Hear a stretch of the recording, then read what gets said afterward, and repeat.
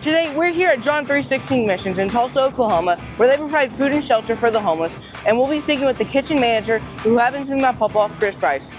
So as a kitchen manager, what are your responsibilities? My responsibilities are preparing the foods, doing the ordering food, making sure that we have enough on hand. I'm responsible for taking the overcomers and teaching them how to work in a kitchen, how to get a food handler's card, and teach them how to operate in a kitchen. When did you start working at the mission? I have been with John 3:16. This is my second Thanksgiving with John 3:16. I've been with them for almost a total of 2 years. How many guests do you serve? We serve roughly between 14,000 meals per month. And of that 14,000 meals, we prepare 56,000 individual portions of whatever we're serving per month. So how many volunteers do you have help you serve on a daily basis? I have what is called guest workers, or we now call them overcomers, because they're overcoming their problems. I have roughly between 15 to 20 per week that help out in the kitchen on a daily basis.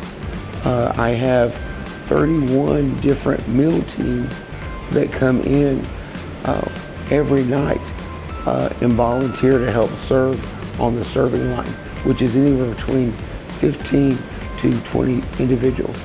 Where do you get your supplies from? I get most of my supplies from Benny Keith Foods that I've been dealing with for almost 40 years now. We also receive donations every day. Sometimes we receive donations from the BOK Center, from Chef Sarah, that will send us over between 300 to 400 pounds of prepared food from an event.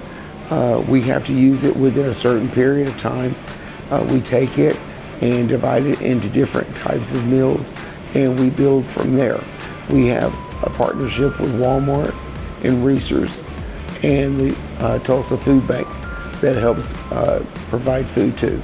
Why did you start working at the mission?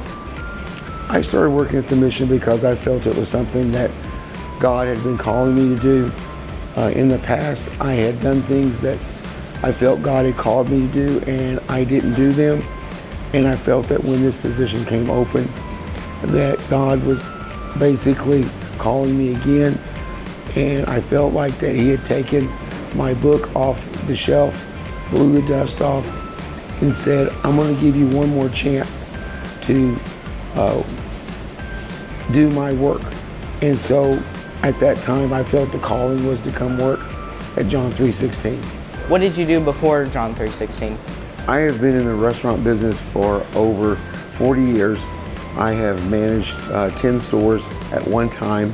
I worked for every major food industry out there to learn and to better my craft, to prepare me basically to come work here.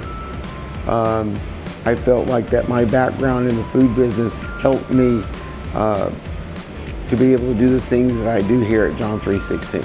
So whenever you're making the food, do you make it in advance or do you make it the day of? Most of our food is made at the same time that we're on the same day. Sometimes we prepare things in advance for the next day. Let's say that today we're having enchilada casserole. We'll make the enchilada casserole and say tomorrow we're having chili.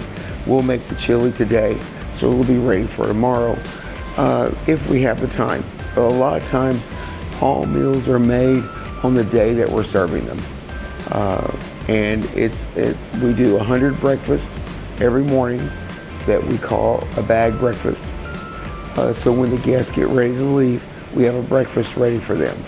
Then we serve between 50 and 60 at lunchtime. And then we serve the rest of the time at nighttime between 230 to 260 meals at night for our guests that come in at nighttime. At John 3:16, we don't call people that live on the street homeless. We call them our guests. We want them to feel like they're coming to our house to eat, and we want them to feel at home and to feel like the food that they're eating is the same food that we would serve at our house. We want everyone to get a hot meal. Most of all, it has taste to it. To work at John 3:16 is truly a calling. It is not something that just anyone can do. You have to have a servant's heart. You have to want to serve people. You have to want to be able to be a servant. And to be a servant means cleaning, cooking, washing dishes, doing the things that a lot of people don't want to do. But it's also rewarding, and it's getting the blessing out of when somebody comes up and says, Mr. Chris, the food was excellent tonight, or we really enjoyed it. Thank you so much for preparing it for us. Thank you so much for being here. And most of all, thank you for taking care of us.